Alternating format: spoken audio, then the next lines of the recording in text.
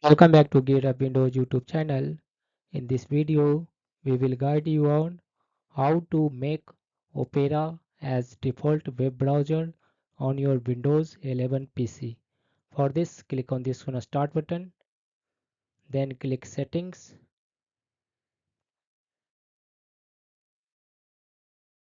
Under Settings, click on Apps, then click Default Apps.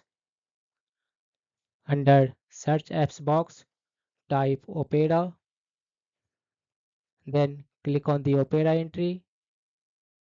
Then beside make Opera your default browser, click on this one set default button. This will set Opera browser as your default browser.